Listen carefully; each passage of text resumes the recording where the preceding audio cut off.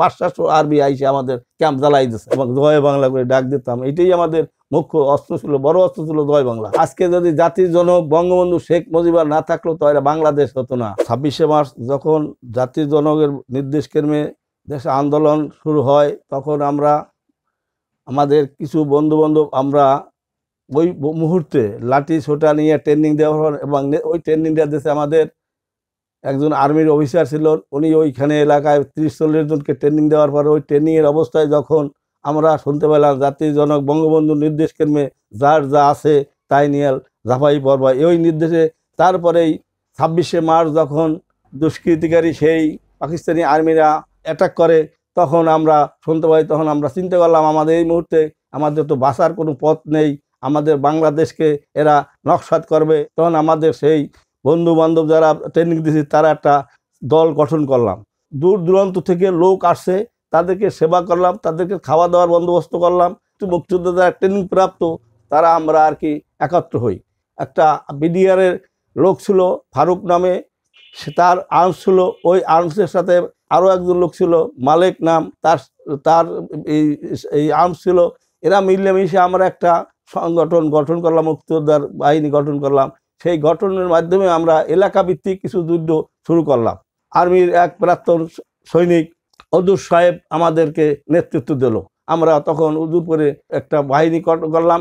উদয়পুরের মধ্যেই একটা স্থান নিলাম বেশি, আমরা যেখানে ভিতরগত সেই ভিতরগত জায়গায় যেয়ে আমরা তখন একটা ক্যাম্পের মাধ্যমে আমরা এলাকা ভিত্তিক ছুটেই পড়লাম।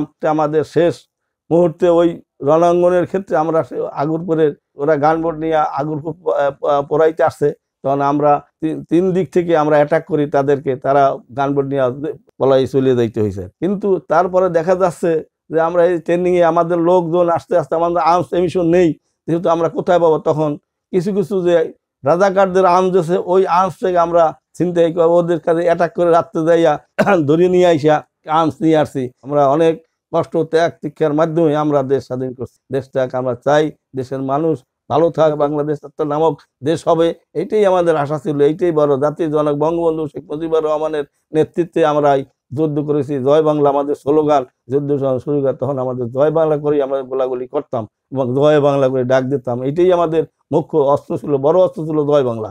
এটি আমাদের মুক্তিযোদ্ধার চেতনা। আমাদের কিছুই ছিল না, আমাদের ছিল দেশটা, জাতির জনক বঙ্গবন্ধুর দেশটা এবং থাকবে, আমরা থাকবো, আমরা থাকবো না, হয়তো আমরা চিরস্থায়ী থাকবো না, আমাদের নেক্সট জেনারেশন আমাদের কথা স্মরণ করবে, এটি আমরা আশা করি। তো এমন আছে আমরা রাত্রে উপবাসও থাকতে হয়েছে আমাদের, হয়তো সারাদিন বসে আছি, সকালে তাদের গোলাগুলি করবো, আর্মিরা আসবে, ওই সময় আমরা তো ওইভাবে রয়েছি, হয়তো সারাদিন না খাইয়ে রয়েছি। কিন্তু আল্লাহর নামে আল্লাহ সহায়তা করছে আমাদের ক্যাম্প তো হঠাৎ করে একদিন ওই করে দাঁড়িয়ে সেই বরাকলার ক্যাম্প দুলেরসাদ করিয়ে আলাইছে, ওরা প্রায় 500 আর্মি আইসে আমাদের ক্যাম্প জ্বালাই দিছে।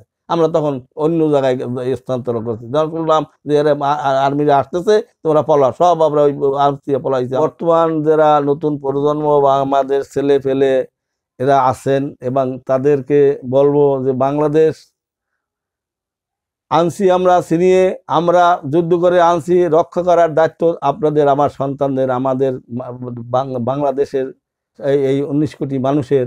আজকে যদি জাতির জনক বঙ্গবন্ধু শেখ মুজিবুর না থাকলো তো এরা বাংলাদেশ হতো না। তোমরা আগের মতন গড়িয়ে তোলা বাংলাদেশ সোনার বাংলা করতেছে জাতির জনক, সেইভাবে তোমরা রাখবা।